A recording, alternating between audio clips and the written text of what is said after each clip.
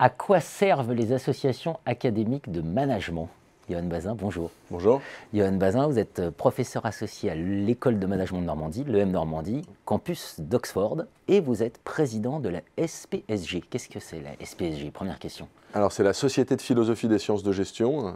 C'est une des nombreuses associations académiques qui existent en France où on s'intéresse aux questions de philosophie des sciences et d'épistémologie. Toujours rapporté aux sciences de gestion. Alors pour situer le contexte et donc traiter de cette question de l'utilité, à quoi servent-elles ces associations? Petit point d'abord, 24 associations qui composent le collège scientifique des associations académiques de la FNEJ, la Fondation nationale pour l'enseignement de la gestion. À quoi elles servent alors? Enfin, peut-être d'où viennent-elles d'abord? Alors, d'où elles viennent en France assez récemment, le modèle de l'association académique, c'est la Société savante, qui est assez ancienne. Les premières traces, c'est XIVe siècle. Il y a la Société des jeux floraux qui se crée pour distribuer des prix, plutôt littéraires et de la poésie.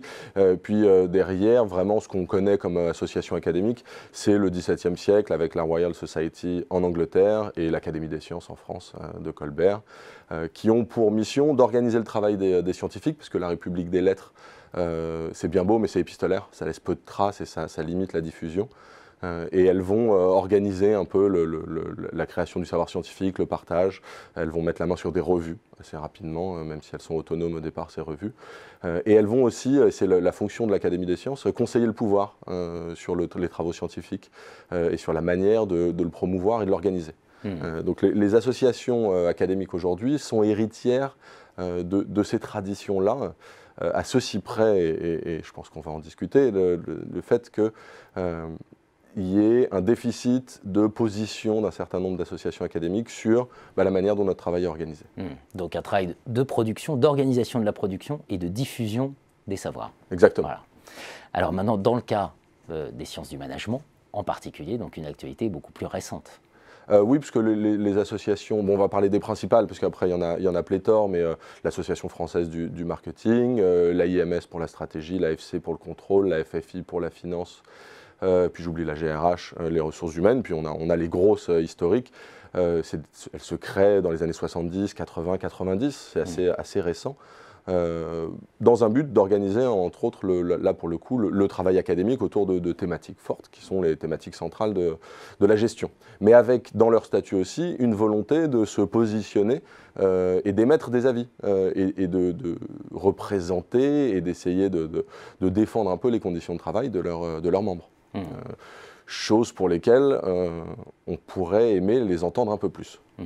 Alors, de nombreux débats actuellement sur la liste de classement des revues, qui est élaborée par le Collège des associations dans le cadre de la gestion.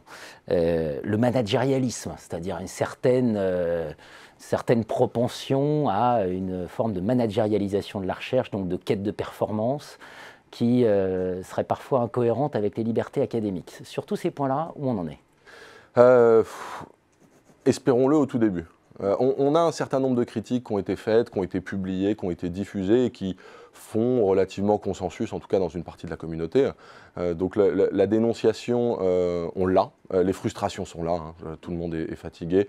Alors, on a un système un peu particulier d'universités publiques et d'écoles de commerce privées, mais grosso modo, tout le monde est d'accord sur les dérives du système dans lequel on est aujourd'hui. Au début, j'espère, parce qu'on n'a pas encore fait de contre-proposition. Or, on est une discipline, je discutais avec des gens en psychiatrie, en psychanalyse il n'y a pas si longtemps, ils ne sont pas armés conceptuellement pour contrer le management, ce qu'on fait au nom du management, parce que ce n'est pas leur objet d'étude. Nous, c'est notre objet d'étude. Donc on a tout ce qu'il faut pour, 1, déconstruire le système, 2, en montrer les limites, 3, faire une proposition. Parce qu'il ne s'agit pas juste de dire revenons à un âge d'or qui n'a jamais existé, mais de construire un système tenable aujourd'hui, mais qui évite les écueils dans lesquels on est. Alors, au regard de ces questions, on imagine qu'il n'y a pas forcément une voie unique. Voilà, selon les associations, il doit y avoir des positionnements aussi différents, des enjeux disciplinaires différents. Oui, et selon les associations, puis selon les institutions. Mais si on pouvait avoir un peu de polyphonie sur le sujet, ça ne serait pas plus mal. L'idée n'est pas que l'AIMS se positionne sur les instruments de contrôle et que l'AFC parle de ressources humaines. Mais avec les grandes associations académiques, et même celles qui sont créées plus récemment et qui sont plus petites, on a tout ce qu'il faut et toutes les expertises pour se positionner là-dessus et pour déconstruire le système. Est-ce qu'il faut qu'on le fasse ensemble d'une voix? Pourquoi pas? Ça demandera aussi de se rencontrer et de négocier. Si déjà on le faisait indépendamment, de manière autonome, peut-être un peu cacophonique, on aurait aussi un certain nombre de propositions qui ne seraient pas inintéressantes. Donc la voie unique ne va pas être évidente. Moi, je pense qu'il faut qu'on fasse corps. Mais déjà, si on s'en saisissait dans des îlots de réflexivité, ça serait déjà pas mal. J'évoquais 24 associations. Tout de suite, on se dit 24, ça fait beaucoup. Vous l'avez vous-même évoqué. Aux États-Unis, on a en tête l'AOM, ouais. l'Academy of Management. Alors on se dit, pourquoi pas un AOM français, par exemple? Pourquoi pas une grande association? Qu'est-ce que vous en pensez? Alors, moi, je représente une toute petite association, donc j'ai aucun problème sur le fait qu'effectivement, on commence à être un peu nombreux. Alors, la FNEJ et le Collège des associations scientifiques est en train d'essayer de mettre en place un certain process. Mais c'est vrai que il faut se réfléchir à la multiplication des associations. L'AOM regroupe une grande partie, mais pas tout le monde. Il faut savoir qu'à l'intérieur de l'AOM, qui fait des colloques avec des milliers et des milliers de personnes, il y a un certain nombre de tracks en dessous qui sont organisés depuis Management Education, Organization and Management Theory.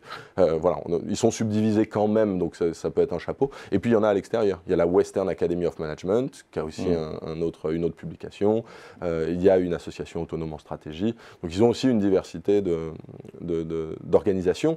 L'avantage de l'AOM, c'est que ça permettrait de défendre un certain nombre de choses. Mais l'AOM est une émanation pure de la communauté académique.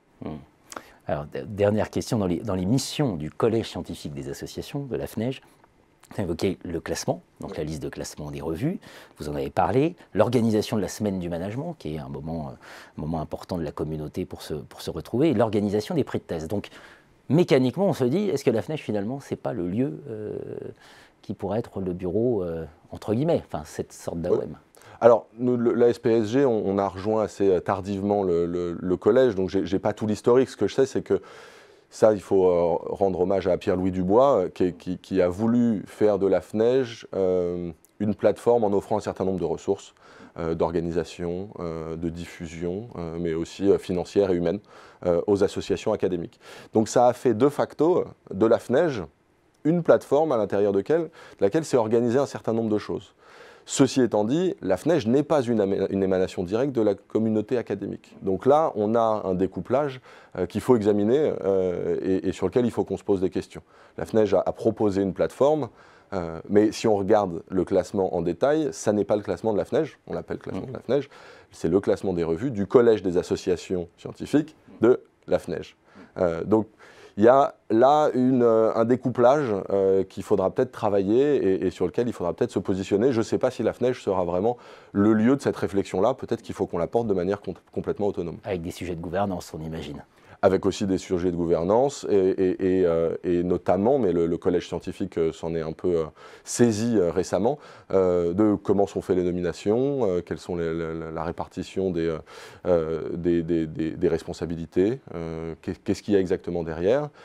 Mais peut-être qu'on va finir par faire un procès d'intention à la FNEJ qui est caduque. Peut-être qu'il faut juste qu'on ne mette pas la FNEJ au centre de toute l'organisation de notre communauté académique. À partir du moment où on la pense comme une plateforme qu'a offert Pierre-Louis Dubois avec un certain nombre de ressources, on collabore avec elle, mais on ne va pas lui reprocher d'être ce qu'elle est. Peut-être que c'est à nous aussi un moment de ne plus être dans le confort de la plateforme et de s'autonomiser en termes de structure et d'organisation. Et d'inventer autre chose. Et d'inventer autre chose. Très bien, merci Yann Bazin. Merci.